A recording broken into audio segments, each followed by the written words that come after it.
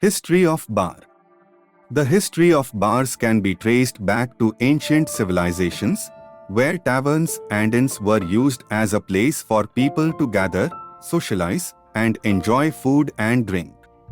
In ancient Greece and Rome, taverns were called thermopolia and were known for their hot and cold drinks.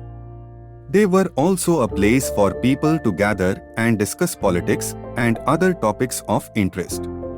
During the Middle Ages, taverns and inns were a popular place for travelers to rest and refresh themselves. They were also a place for locals to gather and socialize. In the 19th century, bars became more popular in the United States and Europe, as the Industrial Revolution led to an increase in urbanization and a growing working-class population. These bars were often frequented by factory workers and were known for their cheap beer and spirits.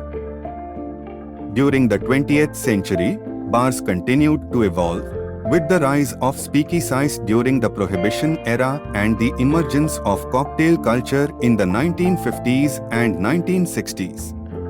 Today, bars are a staple in the hospitality industry and can be found in a wide variety of settings, from casual pubs to high-end nightclubs.